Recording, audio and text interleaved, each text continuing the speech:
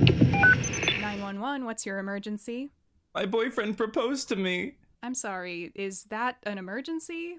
Yes. I don't love him. I think that's good. No. What do you think Abby would say in response to that? Eat your damn nuggets and get off my line. That is probably what she would say. Well, here we are again, episode 3, Next of Kin. Welcome back, everybody. Welcome back to the First Respodcast. I'm Jane Mulcahy. What's your name? And I am Ryan Kearns. So we put out our first episode a couple of days ago, didn't we? We did. This is the first episode we're recording since posting. We're like a couple weeks. We're a couple weeks delayed from when we're actually posting the episode, so this is kind of interesting. Right. And so we want to say thank you guys for all the love on the first episode, and thank you for supporting our pod, and we're looking very forward to covering this entire show in depth. Yeah, we got comments on Spotify, which I didn't know was a feature of Spotify for podcasts. Coming at you live from my house. It's Saturday night. It's actually Sunday night, but close. It is the Lord's Day. The Lord's Day. What's up, Bobby? Really, we should be resting right now. It's the day of rest. Yeah. Shout out to Bobby Nash. We are doing Resident Catholic. Resident Catholic Bobby Nash. Listen, fellow Irish American, no doubt, right? Oh, no doubt. No Nash doubt at all. Nash is an Irish name. And okay, he's an Irish American from St. Paul, Minnesota. He's just like me, for real. He's just like you. Yo, wait, not your cousin. My cousin, he could be my uncle. Yeah. Shout out to your uncle, Uncle Nash, Uncle Bobby. Nash, Uncle Bobby. He's so dad, though. Like, honestly, I'll just be watching the show and I'll be like, oh, he's so dad. He's very dad. Also, though, can you imagine having an uncle who accidentally burned his entire apartment building down, killing his family in the process? I mean, it would definitely put a damper on family reunions. It would be like one of the incidents in your family, for sure. Oh, 100%, 100%. I honestly don't even know how I would deal with that.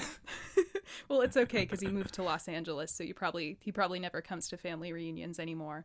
That's kind of sad to think about. True. I shouldn't have said that. No, it's fine. I'm just like wondering, does he have extended family? Because if so, I think family reunions would be, or if not, like, I feel like family reunions would be a little lonely. I feel like a lot of characters on TV shows don't really, like, they kind of conveniently leave out extended family because that would be a lot. Although I guess you could say someone like Eddie has extended family. He has like his aunts and his grandma and stuff. But do we ever meet Shannon's family? No, because why would we? Because the show hates Shannon. Right. Why did I ask? Her nasty, brutish, and short life didn't even, qualify enough to have any details about it. We meet her mom at one point. Briefly, I think, but that's it. Yeah, maybe she's estranged. Maybe it was like a thing of like she got pregnant and was excommunicated from the family or something. I don't know. Maybe it was... I have a series of like elaborate Shannon backstory headcanons that are all going in your fic. You have to choose one when you write your fic. I'm not gonna write a fic, but I do have all of my lore in my head. just lore theorizing about Shannon's, like, you need to write something from Shannon's perspective is I think what we're saying. She has so much to say. She's such a rich character and the show wasted her. What was that Toni Morrison quote that's like, if there is a story you want to read and it hasn't yet been written, you must write it? She probably said something like that, yeah. I think I saw that on a sign outside the Strand once. And it stuck with me. Okay, should we just dive right into this episode? We probably should. Season 1, episode 3, Next of Kin. I was excited to get to this episode because I kind of feel like the first 2 episodes were largely set up in a way. And I feel like this is one of the first ones where it feels like, okay, we're really like getting into it. Big dramatic character stuff is starting to happen. Yeah, I definitely got that just from watching. Sorry if you're hearing creaking. I'm lying down my bed. It is creaky as hell. I definitely felt a lot of that. Just like the way that the episode is structured, with like opening with this sort of whimsical bouncy castle flying away call, with the dad trying to connect with his son.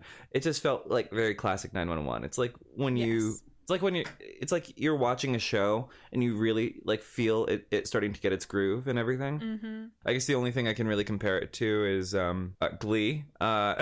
Absolutely.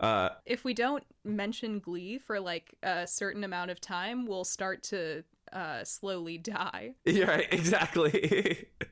Yo, it doesn't talk about Glee for 8 minutes. Like, this is not the first. Like, I have Glee in my notes later. Oh, nice. But I was I was just thinking, like, you know, like in season 1, where like the first couple episodes don't really feel like classically, like they're not doing a lot of songs. The character relationships are pretty different. Their dynamics are not quite as established as they will become. A lot of characters are in the background. Always strikes me as an episode that's not quite Glee yet, even though I love Acapellas. Yeah. Who is Josh Groban? Kill yourself. I love that line so much. Truly, I remember you were saying before you like picked it back up again that like Acapellas is the one that you always fell off at. I feel like it is, but it's weird because I do like that episode. Maybe it's just the lack of like good songs in that episode, because the only good number in that episode is Bust Your Windows, which is one of the best numbers in the entire show. Are you saying you don't like This Is How We Do It? All I'm saying is there's a reason they never released it for streaming. Anyways, we open with the bouncy castle. Yes. This is such an iconic 911 disaster. And also, I wanted to say, although it seems like a silly, whimsical thing, like horrifically, this is a thing that has happened multiple times and like killed children. It's actually really scary. Like, apparently the safest way to use a bouncy castle is like inside, I'm pretty sure. Because, yeah, like on windy days, they can do this, which is so crazy. Yeah, I think okay, there was, I didn't find the clip, so I haven't sent it to you yet, but I will dig it up. There was an English soap opera, I think. No, it was like a low budget English miniseries where, was it English or was it Spanish? It was a non-American miniseries that like was all about like this this like bouncy castle that blew away with all these kids inside of it. I mean, like it should be like super dramatic, but it's like absolutely hilarious because wait, I have seen this clip. I know what you're talking about. You know what I'm talking about, right? Yeah, it went viral. I vaguely remember this. It was so funny. But no, this is a very serious thing that's happening. Yeah, I mean, yeah, it is dangerous. Just like for people out there, remember to practice safe bouncy castle etiquette. And when was the last time you were like in a place that like had it? I guess like the answer is like when you were a kid, but like I can't even remember the last time I saw a bouncy castle. For some reason, I feel like I've been in one like more recently than when I was a kid, but I don't know why I think that. I do think what sucks about bouncy castles having this potentially dangerous element is that bouncy castles are like the most fun thing in the world. Yeah. Oh yeah, 100%. It's like bouncy castle, one of those blow up slides, and trampoline. Yeah, which apparently like trampolines are super dangerous too. I always wanted a big trampoline when I was a kid, and my mom like didn't want to get one because they were dangerous apparently. Did she? Who told her that? I don't know. It's a thing. You're supposed to like dig a pit and put your trampoline into it, I'm pretty sure, if you want to like practice the safest trampoline habits. I know. Obviously, imagine how I felt hearing that as a kid. I was like, Mom, nobody does that. So not to give you major childhood FOMO, but I did have a trampoline in my backyard growing up. It's okay. You can say it. I loved it so much. We got it used for like $100 at this garage sale. Not even 100. It was like 50, but it was something. The springs were in really good condition. The setup was in really good condition. No rusting or anything. And so like every now and again we'd have to like replace the mats or the lining or whatever. But like it had a net and everything, so we wouldn't fall off, and we would just like jump around. I would jump around for literally like hours sometimes. It was so much fun. So and like, I was just like, I loved whenever I would go to a friend's house who had one. All right. Well, the bouncy castle gets uprooted. It's like stakes in the ground come up, partly because an adult was jumping in the bouncy house. Maybe that's part of the danger. So do we want to explain the context of this scene? Well, I mean, what context do you need? It's just a birthday party with a bouncy house. But yes, I do want to say a bit about kind of the protagonist of this 911 call. Because, yes, yeah, we open on this dad who is kind of trying to get back into his young son's good graces, because it's kind of interesting how much they manage to communicate without a lot of exposition or anything, because you get a very clear sense that this dad has divorced his mother of his son at some point recently, is now apparently married to a kind of younger seeming woman and has a baby. Oh God, she comes over to him with the baby and she's like, "Will you hold your son for a minute?" And he's like, "No, I'm going to go play in the bouncy castle with my other kid." Yeah, wordlessly, completely wordlessly too, just like blows her off. Yeah, and is like, let me go and try and connect with my older son. That was Eddie Diaz level husband behavior. Oh my God. They were testing out stuff for his character in this episode. The important context is also that he's rich and he's splurging on this like birthday party super, super hard, like to the point where like they have like a sushi chef and like, you know, like just like it's really like high class stuff. Like there was like a waitress serving like what I assume are Martinellis in champagne flutes, like and he's talking with his buddies about like the Santa Ana winds, because in SoCal you get the Santa Ana winds at a certain time of the year. I thought that was kind of interesting in retrospect, because then in like season 6 there's like a very dramatic storyline about how the Santa Ana winds are like making everybody crazy. Yeah, apparently it's like a big thing. I don't know, I'm not from California, so I don't know a lot of like the cultural specifics, right, but it does seem like the winds cause a lot of problems on this show. So, yeah, the dad gets into the bouncy house. He starts bouncing. The whole thing gets uprooted, flies away. And the dad falls out of the bouncy house, I think, from up in the air. So he's presumably very injured. And the kids get kind of like stranded on a cliff, still inside the bouncy castle, at which point we call 911. The 118 rolls up. It's like the castle's already stranded. You only get like one shot of it flying away, which I was kind of disappointed by, because like I thought it'd be so funny if they were like driving in the fire truck and they like they were like trying to catch up to it while it was flying. I don't know, I thought that'd be fun. Unfortunately, the bouncy castle has been grounded by the time the 118 get there, and basically the main thing, which is totally necessary. Yeah. Basically, the main thing we're supposed to get from this call is that Chimney is feeling kind of sidelined. You know, Bobby has Hen and Buck rappel down the cliff, which Chimney wants to do. In his mind, that's like the fun stuff. But Bobby has him work the winch instead. He has a line where he's like, "How come I never get to do any of the fun stuff?" And Bobby says, "Working the winch is fun." Right. So he's just feeling like, I don't know, like the redheaded stepchild, like the one that's like always like left out of all the fun, like, but like doing all like the manual labor or whatever, just like the really unsexy, unglamorous work. And like, I guess we'll talk about why that's important later on. But it is, I guess it's kind of Chimney's first real moment of narrative attention on the show, which is interesting. Yeah, this is very much a Chimney episode. In fact, maybe this could be the episode that we title Chimney Sweep. Oh my God, Chimney Sweep. This is totally the one. Yeah, this is totally episode. The one. Another thing I was noticing in this first scene is that we're very much still in that yellow color grade world. Okay, I noticed that too, and I noticed it with this scene specifically. Yeah, this is just like a yellow ass season. Yeah, what is up with that? It's like season 4 of Teen Wolf when they go to Mexico and suddenly they've just slapped like the yellowest grade over everything. I was watching this scene and like watching like Buck rescue these kids. I'm like, did they all get jaundice while they were up there? Like, are their livers failing? Like, what? Something they don't tell you about the Santa Ana winds is they make everything yellow as fuck. That Coldplay song was inspired by the seasonal weather patterns of Southern California. Season 1 of 911. Okay, it was all yellow. They save the day. Everybody survives this call, but Chimney is feeling a little disempowered. Before we get into Athena's part, I just have to say something really briefly about something that I've noticed about SoCal in general and like things that are set in California, which is that, and this might just me being a snob because I grew up in the mountains of like the Pacific Northwest, but the cliffs don't look that impressive on this show. Just negging California's not even like anything they can control, but just the geography. Seriously, like the geography is like, it's like I'm just like not impressed by it. It's like I wanted some vertigo. I wanted a sense of like imminent danger, but it looked like there was a path that they could have just moseyed on down rather than rappelling down the cliffs like a bunch of, like I guess Spider-Men. Spider-Bucks.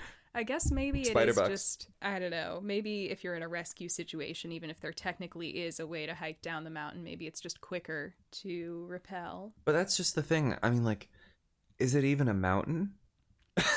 I don't know. I mean, it's probably like the, little easy cliffs that you specifically use in Hollywood productions, I'm sure it is. It's just like, I don't know. It seems like I've never been like really floored by a cliff, not just on like this show, but like on anything really set in like the LA area. Wow. I don't know Ryan if that observation is anything by California. I'm not, honestly. Like, as far as like the West Coast states go, California really has to step it up, because I mean, like, I know it has all like the cultural, I guess, clout or whatever, but when it comes to the actual geography, Washington's give it like a run for its money, Well, at least you got the first 2 seasons of Teen Wolf. True. And at least I have all of Twilight. Exactly. So then we cut back to the dramatic cliffhanger that we got at the end of the previous episode. Athena discovering her daughter May has overdosed. And this is a very intense emotional sequence. She calls 911. The ambulance gets there. I think it's kind of like supposed to be... Athena kind of thought it was a little worse than it was when she first walked in, which is totally understandable. She freaked out. Yeah. But as May is being taken away, it seems like, it doesn't seem like her heart has stopped or anything. It's not looking too bad in terms of May surviving, which she does. They get to the hospital, and then we kind of have this sequence with Athena and Michael. They have, I think, some good emotional moments of like kind of blaming themselves and trying to figure out. They both kind of come to the realization that it seems like something bigger is going on with May that they weren't aware of. Yeah, definitely. They seem like they're really in that element of just like confusion and fear that I feel like a parent in their situation would be feeling. And of course, Michael's obviously blaming himself because he thinks it's about the gay thing, and Athena doesn't really know what to think, but she is kind of blaming herself too, because she sees the hydrocodone bottle and she knows exactly where it came from. Yeah. But she knows how many were left, obviously. So she like, I'm not an expert on opium overdoses, of course. I was writing something that involved an opium overdose, and so I was Googling like how many pills until you die, and like all of the results were just like help is available. Yeah, that's one of those things. Well, okay, then there's an interesting moment where Michael is kind of comforting Athena, and who should walk in but Michael's date that he brought there with him. I feel like I'm kind of starting to remember why I didn't like Michael on my first watch through. It's like I had kind of attributed most of it to just that one like biological clock line he has in the first episode, but I'm realizing like there are like multiple moments where it seems like Michael, like you gotta rein it in a little bit, where it just seems like he's not being the most considerate towards Athena. I get that he, wasn't expecting to get a call that he has to come to the hospital, but I just feel like it's also like, haven't they barely, if not even, I'm not sure they even did like fully decide yet that they're going to get a divorce, and he's already like actively going out on dates. That's the thing. I was cringing so hard for Athena in that situation, because like, imagine being her and your newly gay husband is there comforting you, and in should walk the guy that he's been seeing, who apparently drove him here and is quote worried about him and everything. And it's like, props to her for getting up and walking away. Yeah, she's not rude at all. I would have had to be forcibly escorted from the hospital. Hospital, you're getting a new patient. Yeah. Like, Athena Grant, you are stronger than me, because like I would have pulled out a Glock or something, like seriously, like. And she's packing, because she is. She's got her weapon on her at all times. I'm not trying to be too hard on Michael, But I realized that he didn't know he would have to come to the hospital, and maybe it makes sense that the guy would have driven him there, but like the guy should have left after that. Like, I'm sorry, but if I'm the date, I would have been like, oh, this is like so clearly between you and your wife, and also I know that this is a precarious situation right now where like you guys aren't even fully divorced yet or whatever, and she's not even fully accepting of it yet. Like, I should get out of here. But no, for some reason he has stayed and is just in the hospital hallway. He doesn't even like say a word to Athena or Michael. He just kind of like lurks, shows up, kind of stares at them. Oh man, it's awkward. It's just like, I mean, like, he has to know that that's like wildly inappropriate, right? I don't even know. He has to know that's like extremely extremely inappropriate. I get that you're like worried for him, but like, I don't know, call him later or something. Yeah, like call him later. So drive away, like, yeah. Yeah, so that was one of my first notes, was just all caps, Michael brought his date, 3 question marks. Poor Athena. Yeah, like you said, she's stronger than us. But then Michael and Athena get to see May, and May kind of explains that she's being bullied at school really badly by some girls, and she didn't want to tell her parents because she's been trying to handle it herself. And we get this great moment where Athena goes, they messed with the wrong family. And Michael also goes, the wrong family. So, of course, I couldn't help but think of the Vivica A. Fox series of Lifetime movies where she ends every movie by doing a title drop where she says in that exact cadence, like, looks like I hired the wrong real estate agent. He was the wrong Mr. Right. Oh my god, the 47th Lifetime Wrong movie just dropped. Sounds like you picked the wrong life coach. Yeah. They picked the wrong family. The wrong family. And did. and did. Like, I was honestly really living for Athena in this moment. Because, like, I don't know, I love it when she goes protective parent mode. I don't know, I like seeing protective parents like stick up for their kids and stuff. I don't know.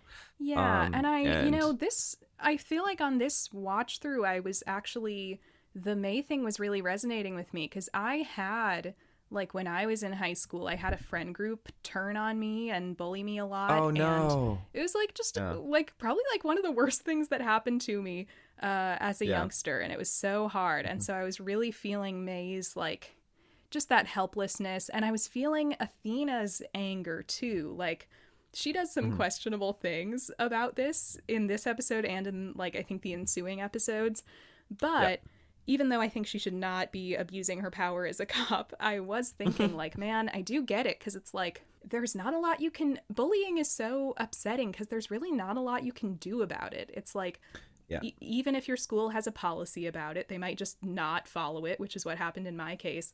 And, you know, as a parent, it's like, it's not like you can, like, send a kid to jail for bullying your daughter, you know? So it's just kind of a lot of frustration that you can't really take out on anything or anyone.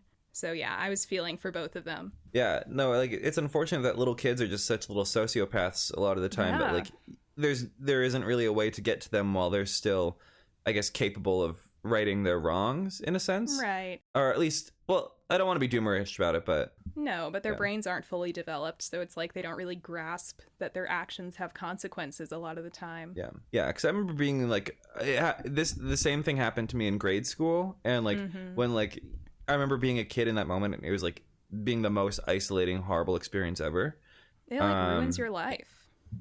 It does ruin your life, and like, because like that is your whole life as a kid. Yeah, and like when you're a kid, you know, obviously, like, because adults have a different perspective on the world because they have lived longer, and like, I guess they have a distance from it, you feel like they don't understand, which is why I really like seeing the parents' perspective in this situation. Yeah, because it's showing like questionable police practices aside, of course, it's showing that they're actually, I guess, doing something about it. Do you know what I mean? Yeah, which is validating, or at least really wanting to. Yeah. And then there's an interesting moment where someone from Child Protective Services comes into the hospital room, and both Athena and Michael are pretty upset, but I don't actually know if this is a thing in real life. I don't know enough about these things to know, but basically they say that anytime a child attempts suicide, you have to like have them be assessed by CPS, which makes sense. But again, I don't know how true that is.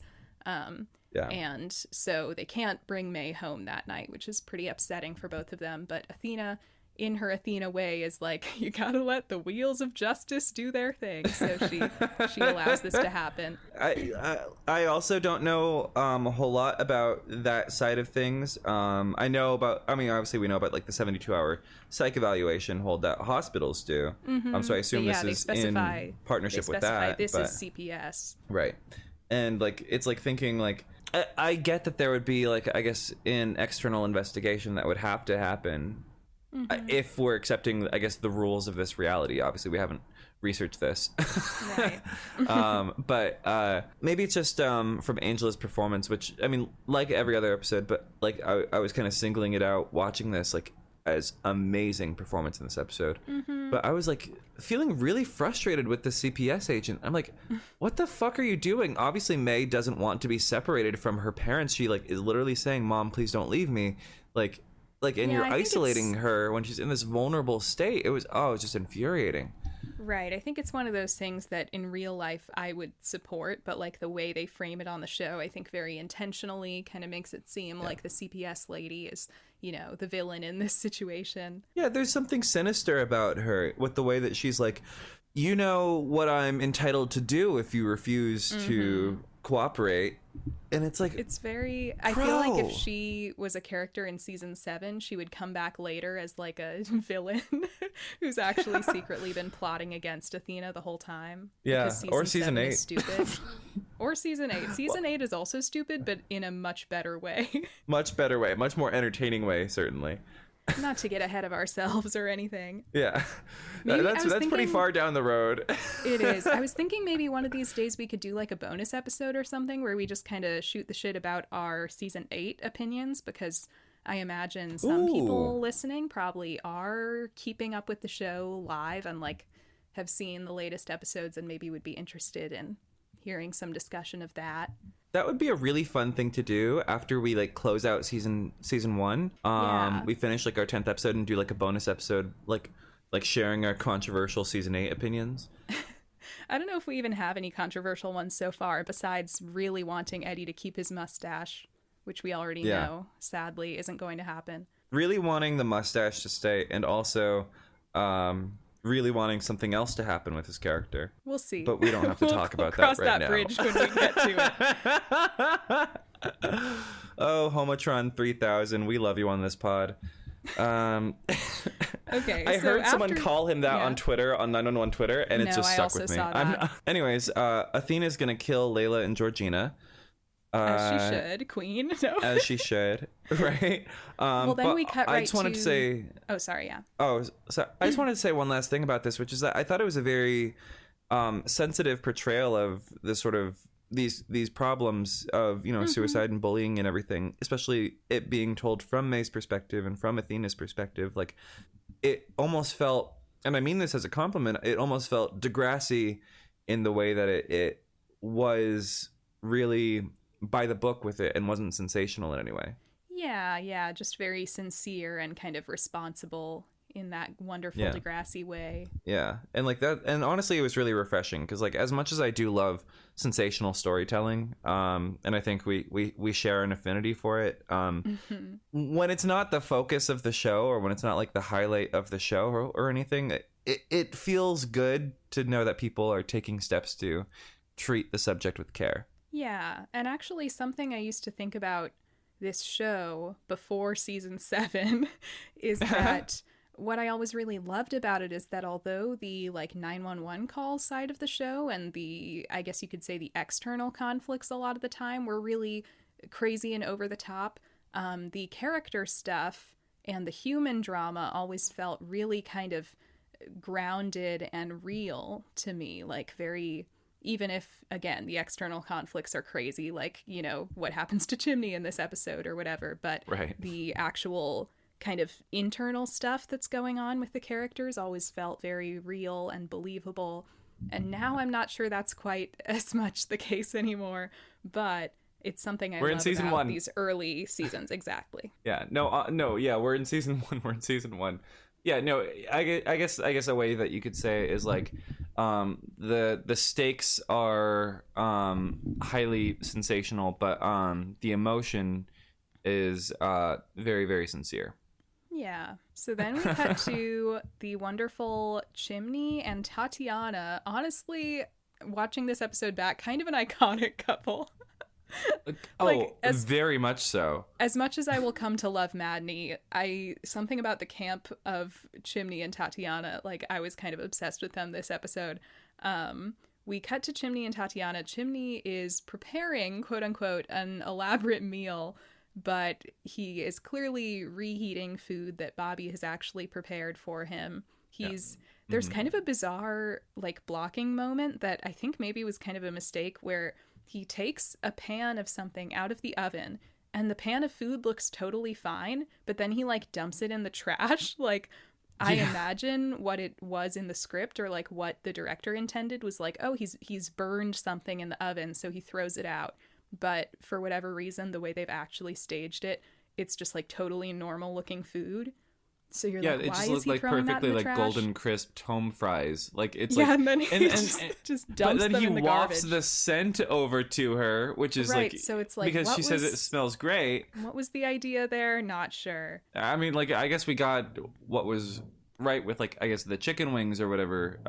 He was like taking out of the Tupperware.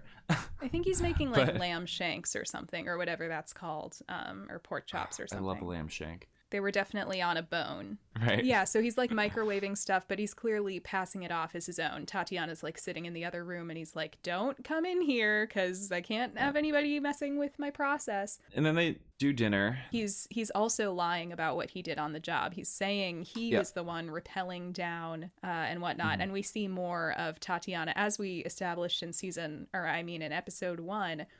They met on romancingtheuniform.com. Romancing the Uniform. We see more of that here, where she's like, is it bad that the hearing you say you rappelled down the mountain like turns me on so much? Bobby says she has a hero fetish. He uses those words. Which it does seem like she has. She does. I mean, like, you have this like great moment where she lists 2 things about Chimney. She says, you can cook, you rappel down mountains to save kids, you're a keeper. And it's like, those are the 2 things he lied about this episode. Exactly. And it's like, wow. Oh, and then tragically, he proposes to her. Yes, he proposes to her. It just feels so bizarre, because you kind of get the impression that they probably haven't been in a relationship for that long. Yeah. Which makes it all the more I was going to painful. ask that, like, how long do you think they've been together? I got the impression, kind of partly from her reaction, it kind of seems like this was only like a middle serious relationship, you know? Yeah. And so she kind of immediately is like, I can't believe this is happening. She says to him, I really was not expecting this. I wish you'd asked me about it first. And he is like, what, you wanted to ask me to ask you to marry me? And she's like, well, yeah, that is how most people do it. She clearly was super blindsided by this. And she basically tells him, like, I don't really want to break up, but I also definitely need some time to think about this. And she says, oh, this was my Glee note. She says this crazy thing where she's like, I was engaged once and I cheated on him right before the wedding because of my, attachment issues or something. Yeah. And I wrote down, this is so Terry Schuster coded to me. Oh my God. Like, something about the way she delivered that line and like the content of the line just felt like something Terry Schuster would say. Right. It was like if Terry was being proposed to by the coach instead of Miss Pillsbury. Right. That's hilarious. That's literally hilarious. It was kind of funny because I feel like usually the dialogue on this show, even when it's like jokey or silly, doesn't quite hit that level of like satire that I feel like you see on Glee, but that was like one line that felt like it could have been interchangeable with a Glee line to me. Well, this goes to show, I mean, just how much they knew each other, because Chim didn't even know that she was engaged before. Right. I also thought that was crazy. He didn't know that she was engaged, and then it turns out not only was she engaged, she cheated on her fiance, and right she only likes wedding. You for things you're lying about. It's like, I mean, like, loneliness is such like a crazy killer, because like any person of sound mind and body would be able to tell that this is not only just like not a good relationship, I mean, they're just like not compatible on any level. No. Right? We get the next scene. It's a hard cut to Hen and Buck at the firehouse playing like a knockoff GTA that's like I guess about firefighters. Yeah, simulator. Yeah, a firefighter simulator that seems to use all of the like low res like knockoff assets of GTA 5, which is set in like Los Angeles. Mm-hmm. And Buck says, Buck runs over someone, and Hen's like, oh, you lose points if you like kill someone on the way to a call. And he says this fantastic line. He goes, he'll be fine. It's just a flesh wound. Obamacare. Good old Buck. Good old Buck. Oh, Oliver Stark. He is like an underrated comedic genius, in my opinion. No, honestly. So good. His timing is just like absolutely brilliant. Yeah. No, I loved the cut to them playing video games. I like this idea that like Hen and Buck are kind of buddies, even though like Buck has not had his full redemption yet, really. They're what? I didn't say anything. I did not. No, I like the idea that even though he hasn't quite had his full like redemption come into himself yet, I like that like she kind of has a soft spot for him. Yeah, I mean, because like she's so like big sister to him, like in a lot of ways. Like because Buck is so just like the kid brother of like the group, and like and then Bobby's I guess the group dad and everything, but like.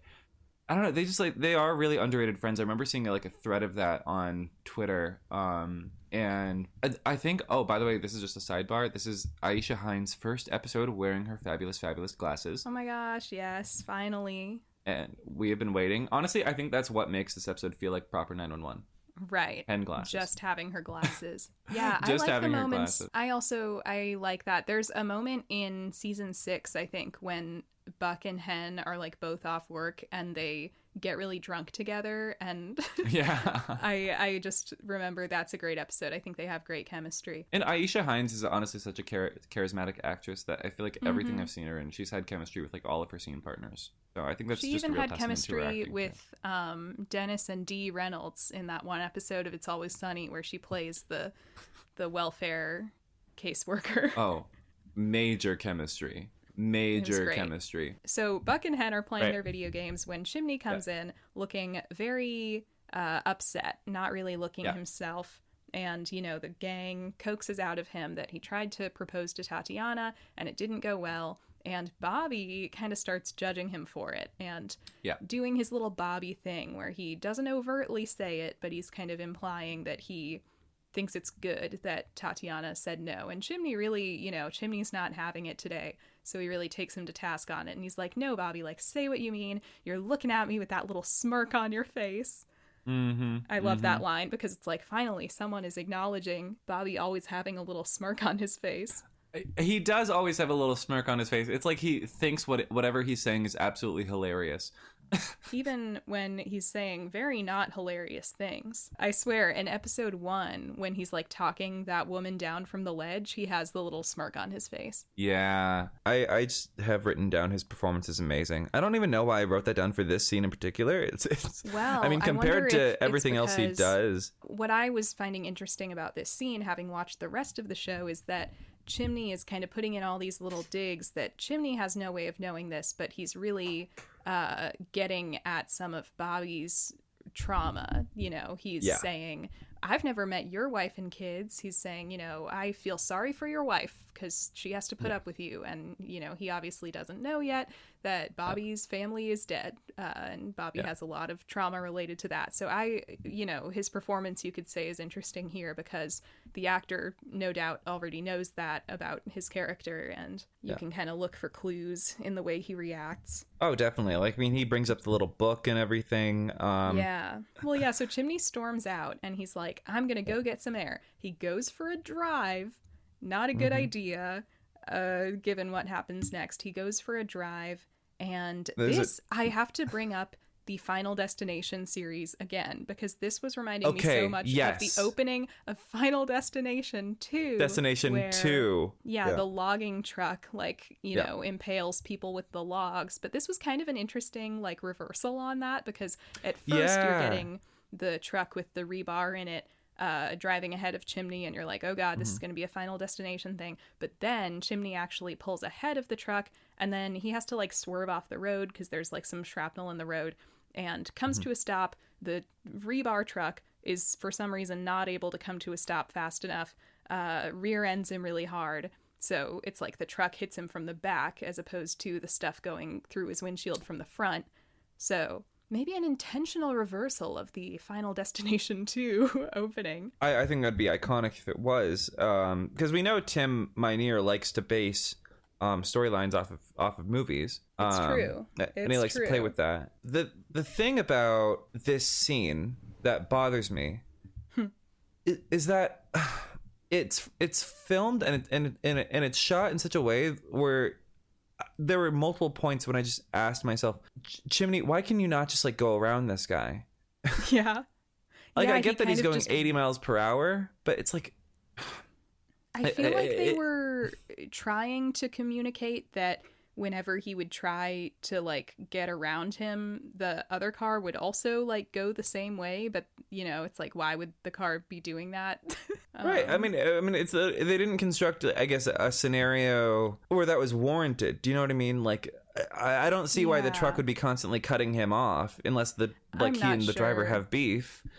It's kind of like it's kind of like the thing where he throws away the perfectly good potatoes earlier. I'm almost like, is it like a direction thing? Like, are we witnessing a not great directed episode? I think we might be. I think we might be, because obviously we didn't get a whole lot of... Why not? I don't want to say that because this episode was directed by a woman. And we stan female directors. Oh, we do stan female directors. So scratch all that. Now I know. Now I feel like I can't say anything. The episode now was I feel like I can't say anything. As you know, feminism is all about blindly believing that every woman is perfect.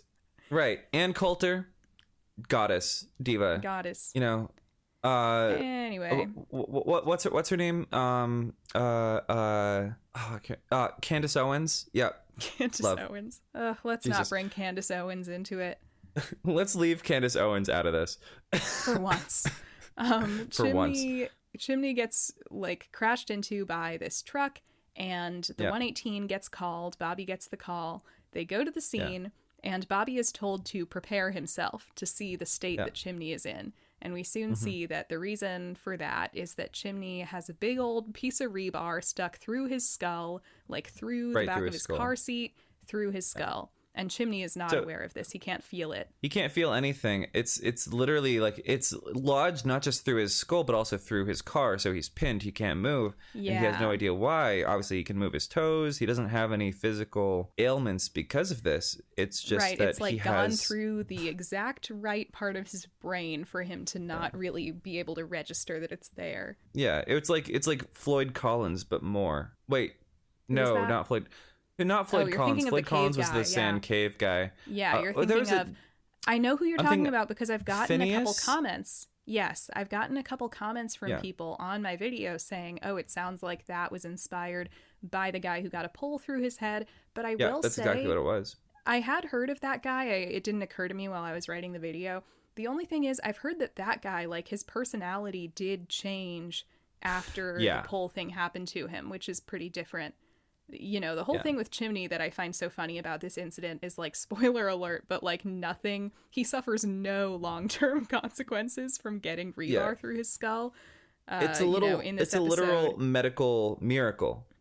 Yeah, there's a great clip I put in the video. It's like his doctor is looking at his scans a few months after Chimney has recovered, and he's like, I've never seen anything like it in my whole career. You're a modern medical miracle. Yeah. Which isn't that so much fun? Isn't that so much fun when shows can just write around medical issues by having the doctor be astounded?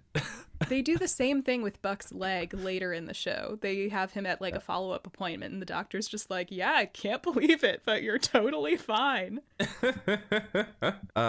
When Chim, I guess like one of the biggest things that you maybe consider is that like the rebar is sticking out of his skull far enough that you would maybe expect him to be able to see it, and so they also write around that by saying, well, I don't know what he can see.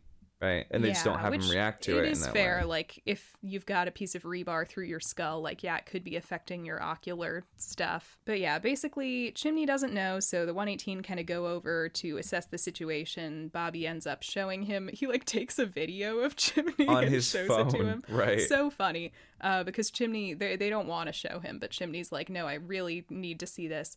So I had never really registered this detail before, that they take him to the hospital just still in the car because they don't want to they just like they basically tow his car to the hospital. It's kind of weird though, because they tow his car to the hospital, and then right outside the hospital they finally cut him out, which I guess maybe they just didn't want to risk like doing that and then traveling with him, but I'm like, what difference does it really make? I guess it would be safer to do near the hospital. Maybe, just like but I guess think, if things do go wrong. I guess you'd think that like once you get him out of the car, you'd think you would have a better time like being able to stabilize him once you get him out of the car, than as opposed to like having him on a rickety like bumpy tow truck all the way to the hospital. I don't know. Right. It's like, what if they hit a pothole? You know what I mean? Right. Like the ambulance is kind of built to have injured people in it, whereas like the car is just out in the open on the tow truck with nothing to protect him. But if they cut him out of the car, then then we wouldn't get that amazing line where he's like, think it can be salvaged. Buck says, yeah, you can probably buff that out. Yeah, I will say the prosthetic work here is fantastic because obviously all these effects are practical, and it's a really cool way to show off your practical effects by taking a on-set cell phone video of it and using it in the episode. That occurred to me too. Yeah. It's like it's kind of like they're bragging a little bit. Yeah, like, oh, this is really in the room with us. Yeah, and honestly, it's like really cool to see because like I don't know, it's just a weird way of like putting you in like the direct perspective of the character. I don't know. It's not super common on these shows, so I appreciate it when it happens. It's small. It's like that time in season 2 when they are responding to that influencer who's live streaming. And like Buck and Eddie find the camera, and we see them on the live stream with the chat. OMG, going. They're so cute. They should totally be a couple. Anyway, not to get ahead of ourselves. Not to get ahead of ourselves. But so then I just wanted to say montage. before we get to the hospital, that I've had headaches that feel like this. I believe it. We've all been here, really. Also, while they were driving down the freeway, I don't know if this is just the show's magic working on me, but like the budget for this show right out the gate was fantastic. It's impressive that they look like they're in real environments so often. Yeah, real environments in like LA too, which is like, I know it's like cheaper to film than traveling, but like you're in a major metropolitan area, you're gonna...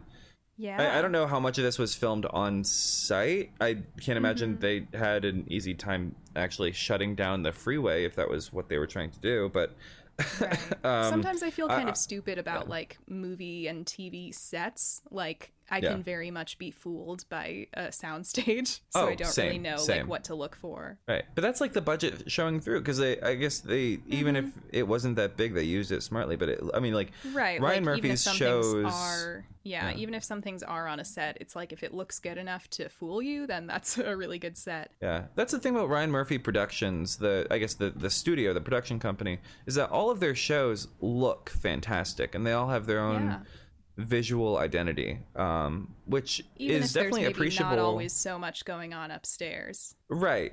At least it's always like glossy and gives you something to look at, which, you know, if you're working with a sort of a show like this, which is, you know, on a lot of levels kind of popcorn entertainment.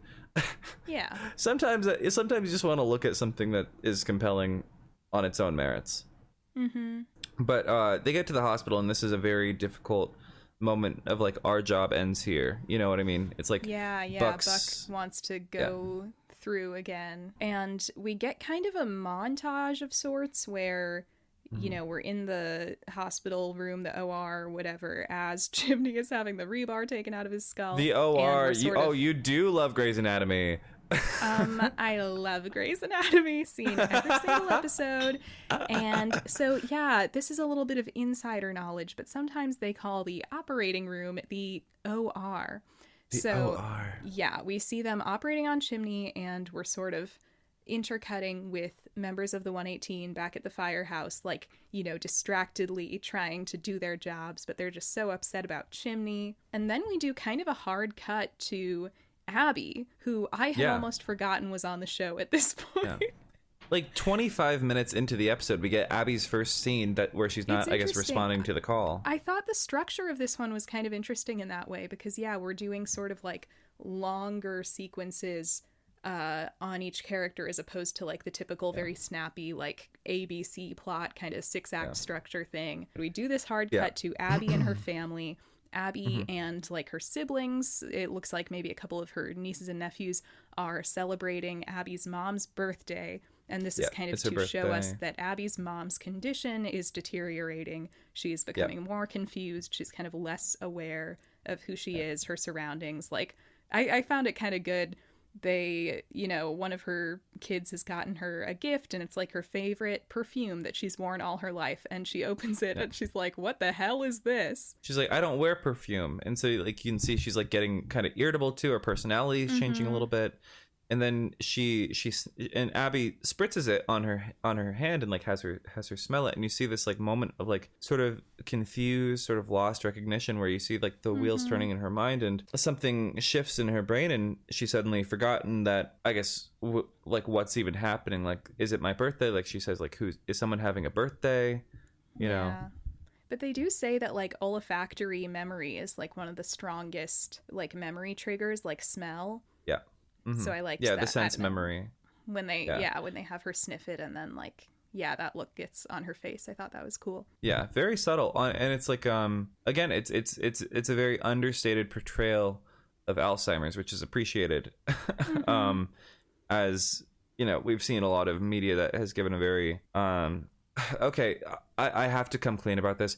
The reason I'm like praising the understated performance or the portrayal of Alzheimer's. Is it because of Grey's Anatomy? No, it's not because of Grey's. Oh. I mean, I like the portrayals on Grey's, the various portrayals. I thought you were about to like be like, you know, the reason I stopped watching Grey's Anatomy or something is because it was bad about that. Oh, no, absolutely not. The reason I stopped watching is because the plane crash happened and I got bored.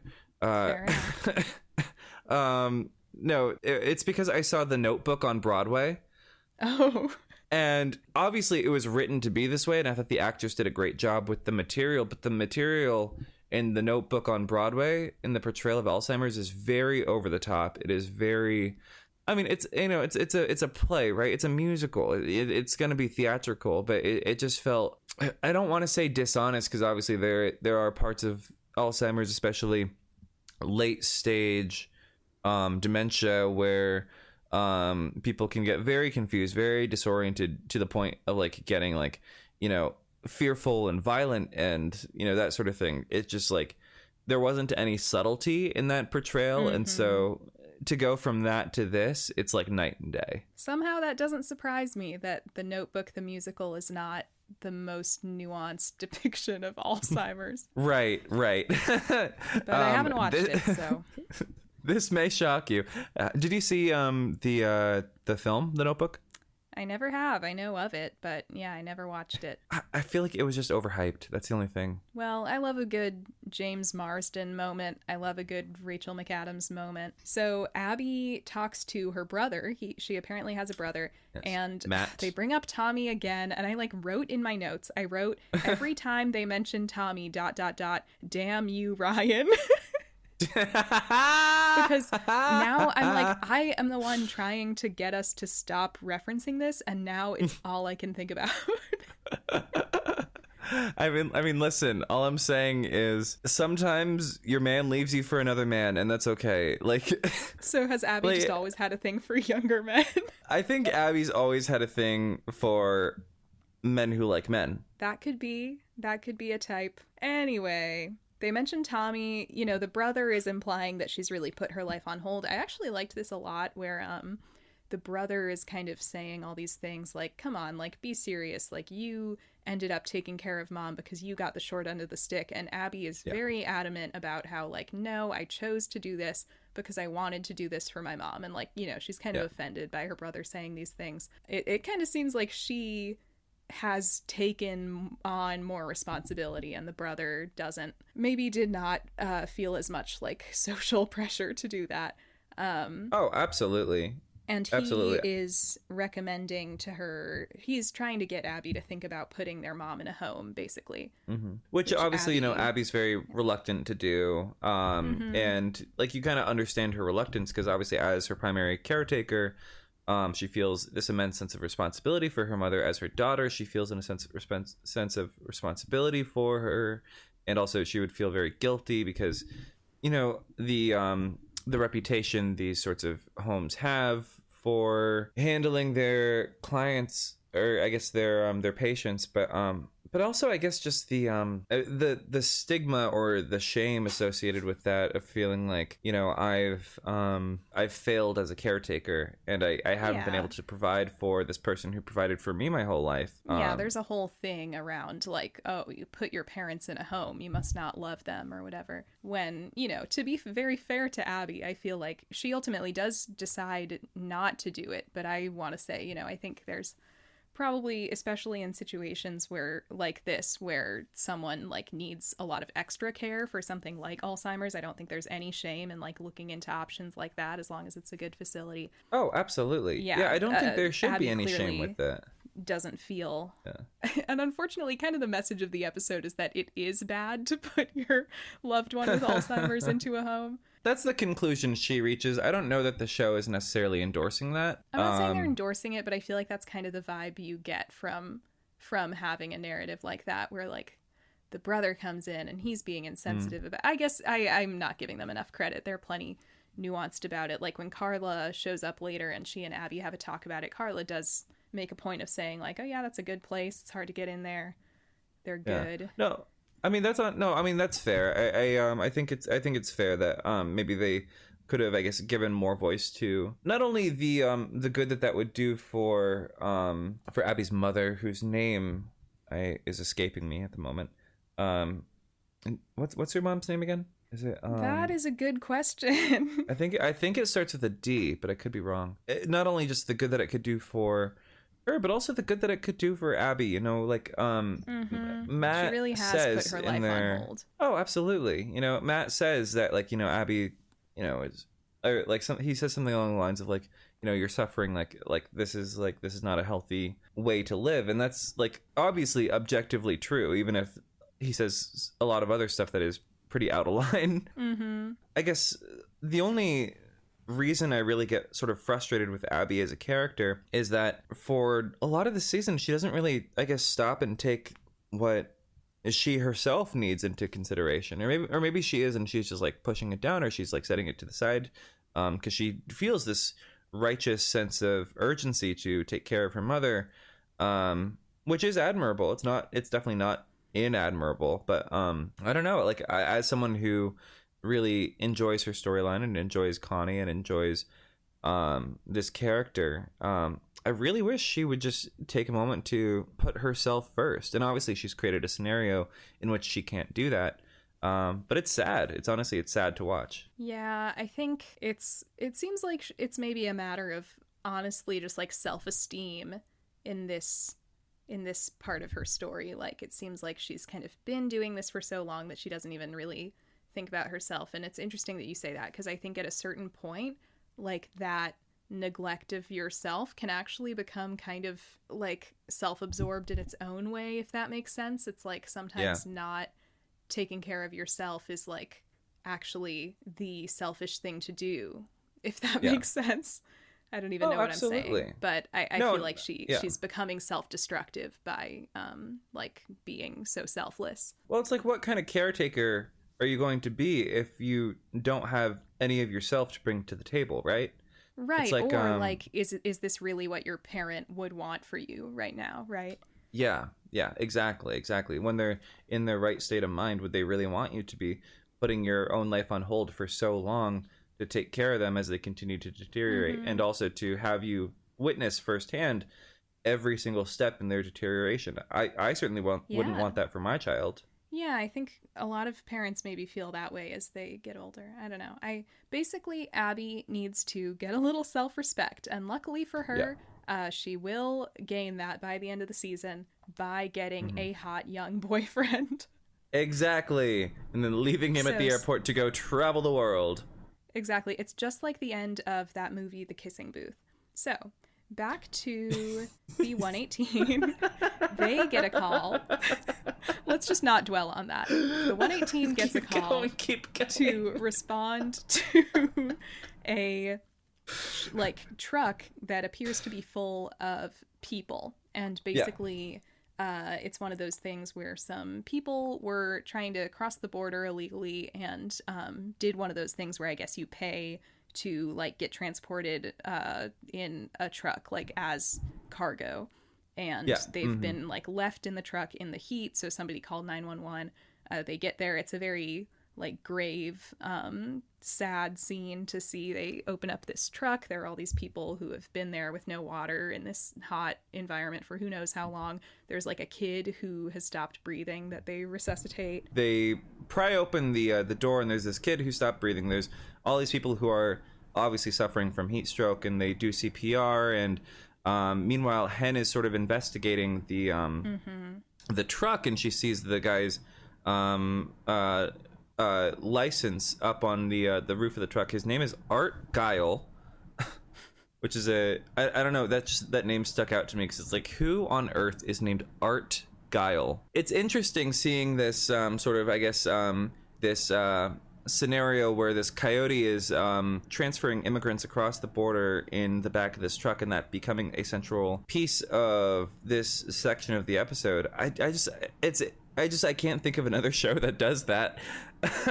Well, you know what I liked about this scene is, for some reason, I guess maybe just coming off of like doing this analysis of the propaganda on the show, I feel like I was kind of grateful that the show didn't take any stance against, well, it doesn't really take any like moral stance about these people doing this, but it very much shows them as just victims of this kind of predatory situation. And, you know, the only bad guy in the scene is the truck driver. And I feel like, I don't know, I just feel like sometimes this show can be, even if it is being sympathetic to something like that, it will also be very by the book. And like, you know, I could see like an alternate version of this where they're like, but people really shouldn't cross the border illegally. Right. So I was glad to see that this was just like a compassionate take on that. And what I really liked is, it's interesting, the scene opens with, you know, Buck says something about like, oh, is it bad that I'm just glad to be responding to a call to like get my mind off Chimney? And Hen says, you know, we're not here to blow off steam. But then once she spots the truck driver, she like full on tackles him. Full on football tackles and performs a citizen's arrest, essentially. Yeah, which struck me as like definitely more of a Buck move. Typically, you know, he's usually the one tackling people. So then Buck says to her, you know, I thought we weren't here to blow off steam. So I like that as a Hen moment because it's kind of unusual for her. Yeah. Oh yeah, she goes, you know what you can blow.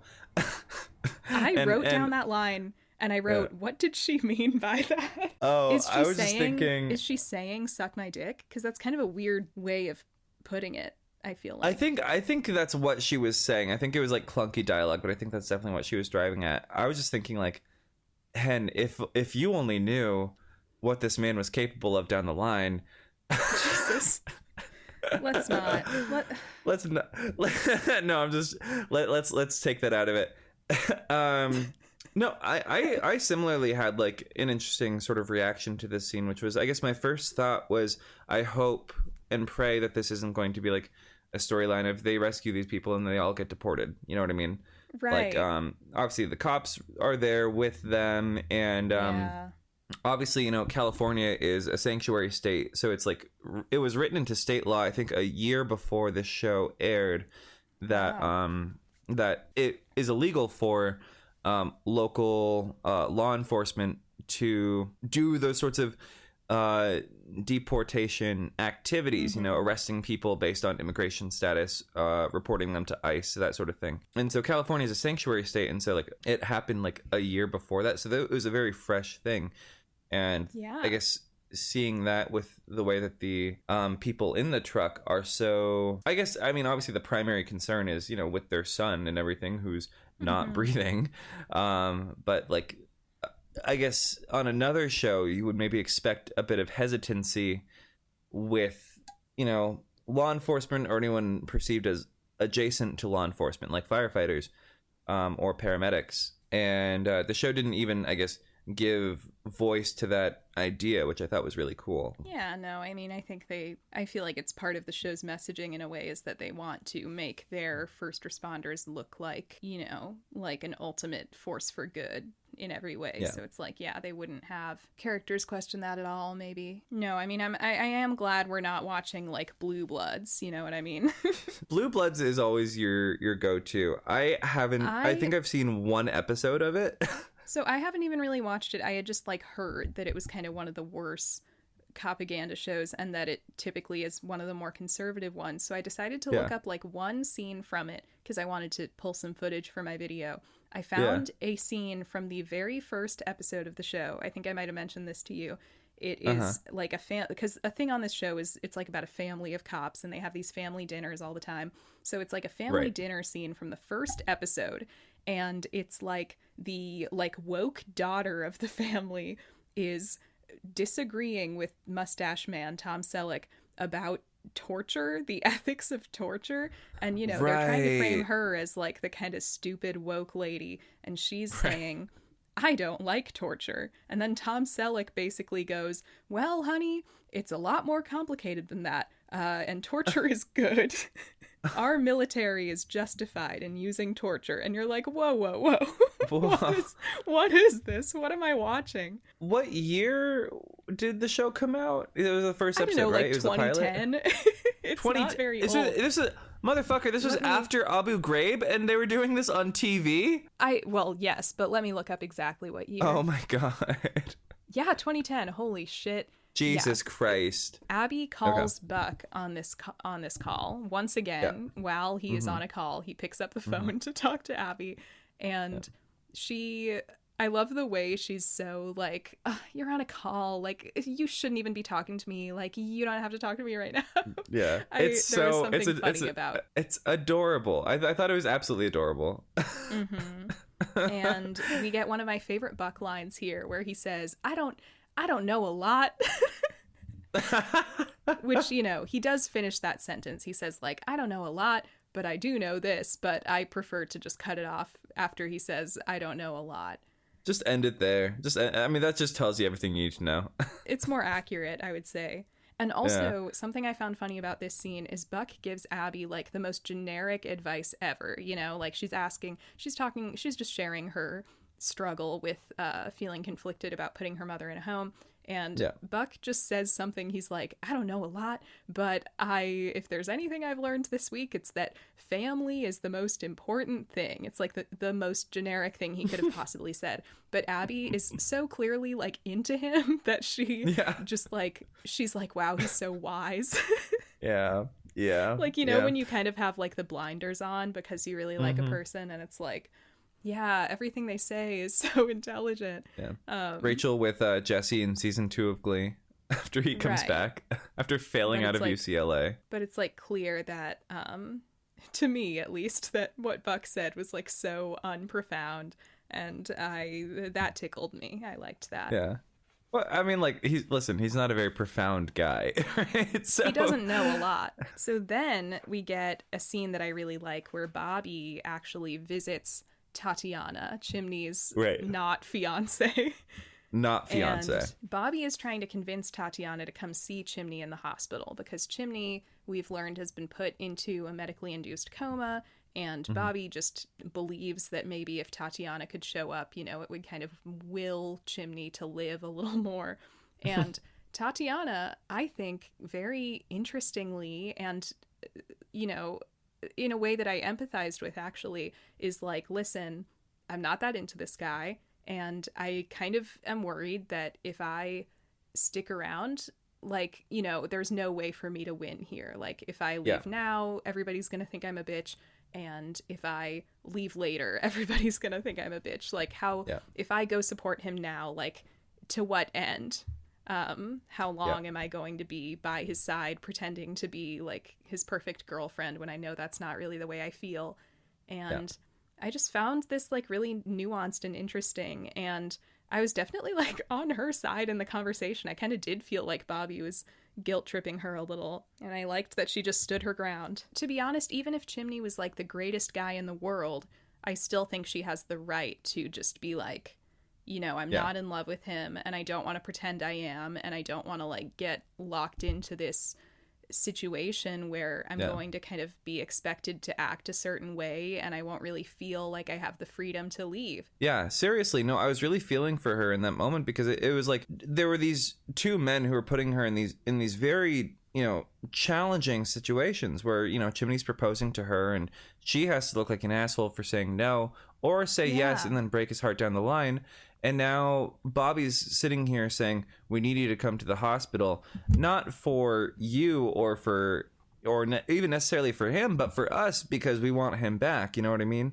Now she has to deal with not only do I have to go play, I think she says, like, I have to play Florence Nightingale for this man that I don't love.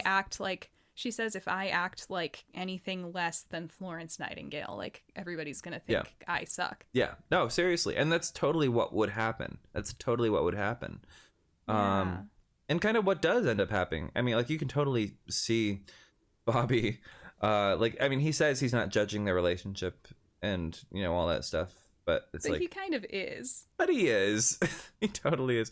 He's got that judgmental little smirk. Judging me with that smirk on your face. As much as, like, a part of me does want to say it was self-centered to, you know, be, like, thinking about herself primarily in that moment and not, you know, this person who clearly has, you know, feelings for her and who she's in a relationship with of some kind. And sort of center herself in that moment.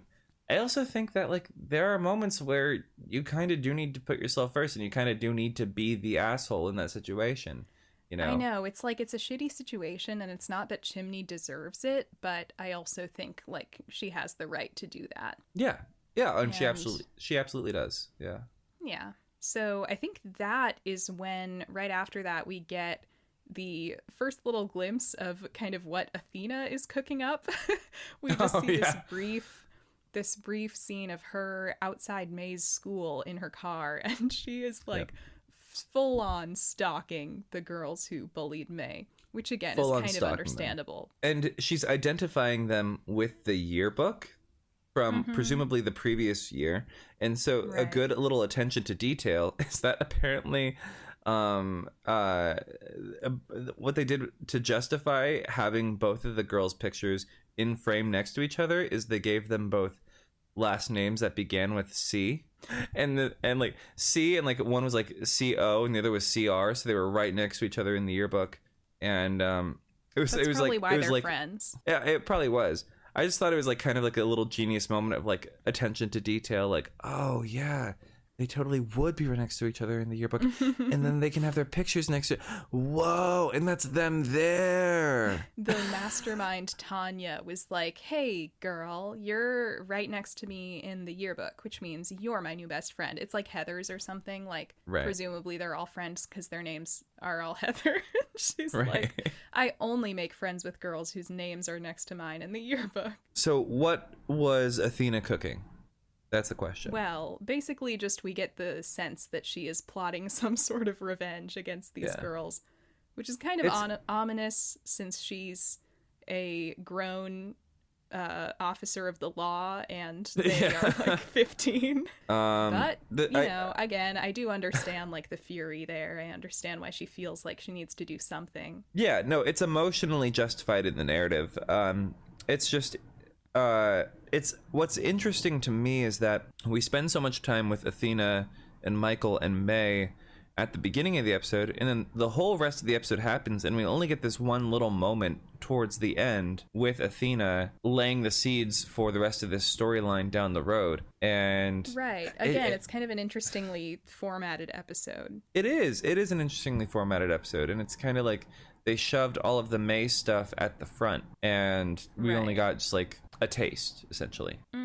But then afterwards, we are back in the hospital. Chim is being taken out of his induced coma. Buck is being adorable. Basically, just in the background of this scene. But I'm glad you. I'm glad you said it. Sure. No, Bobby is kind of being the one to like hold Chimney's hand, and it's kind of nice because they never made up after their little moment earlier because they haven't gotten a chance to.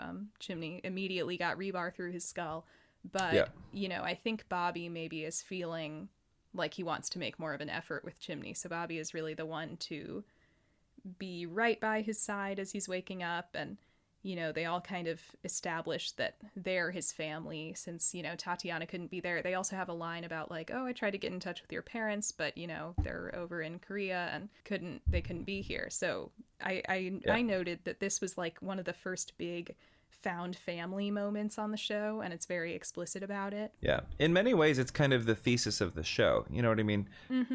Like you said, it is like the first, one of the first big found family moments, and the first one where you really feel this sort of real sort of deep sense of like care between these people, and it's a very beautifully done scene. It's very it's very tasteful in sort of the way that it's written, and also just in the performances are very, very effective. Everyone's very emotional, and like even though we've only been with these people for 3 episodes, you sort of really feel yourself get reeled in by just how deeply they care for each other and very sincerely care for each other. And like that's, I feel like a real strength of this show is just like the sincerity of the emotions. And like I feel like a lot of shows are afraid to do something like this because it's melodramatic and it's it's and I guess so what if it is cringe in some ways.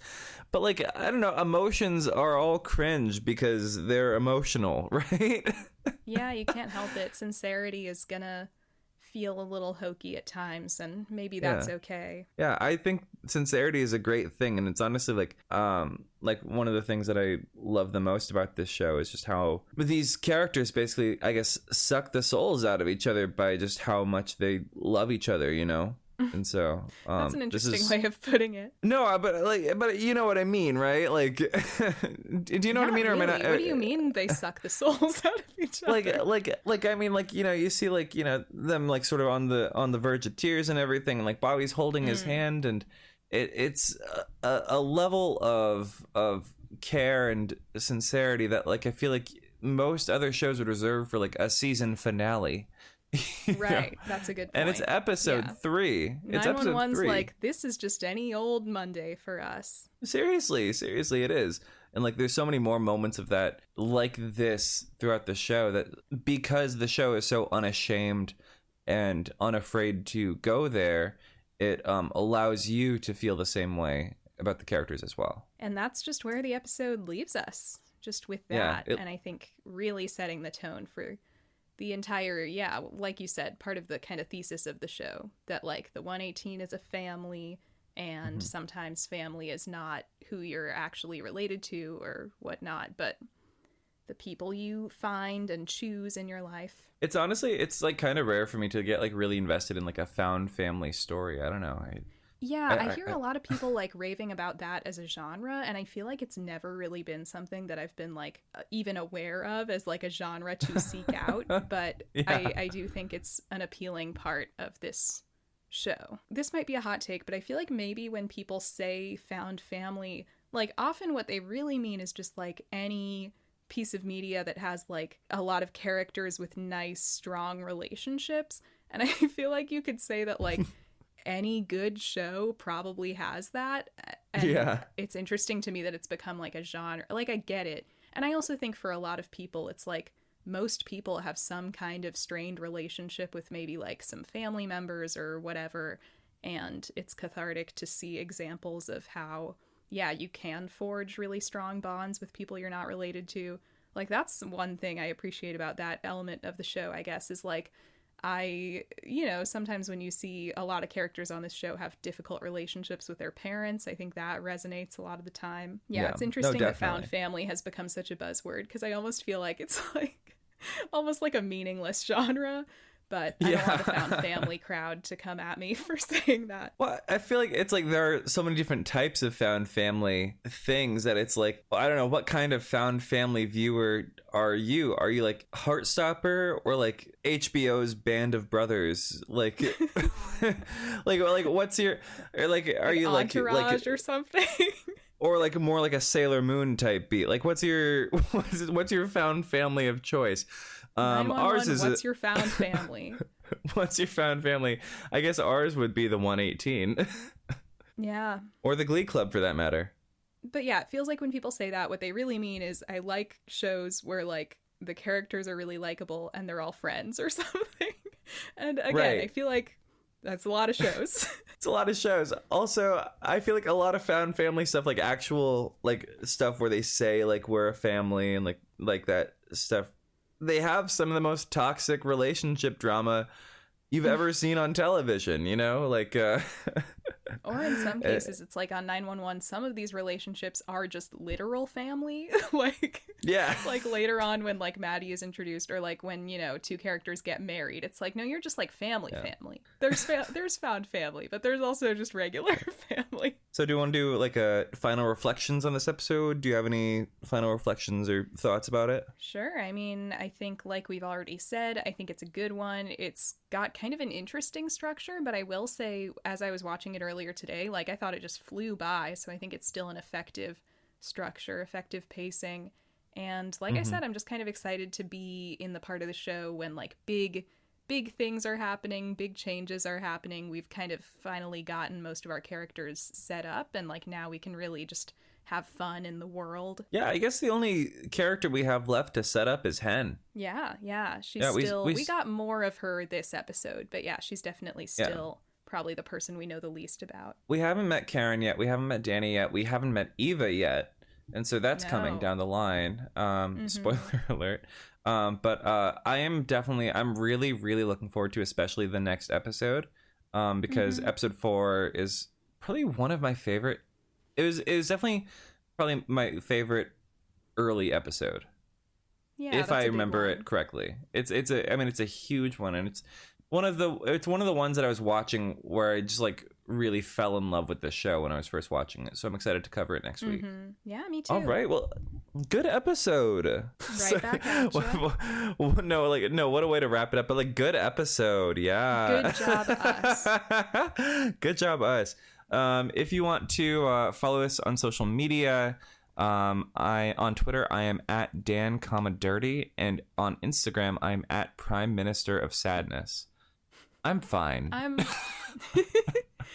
on Twitter at Jane_Mulcahy. I do not give out my Instagram because it doesn't matter. Don't even ask me what my handle is. And excitingly, I finally made this podcast a Twitter. You can follow us at First Respodcast.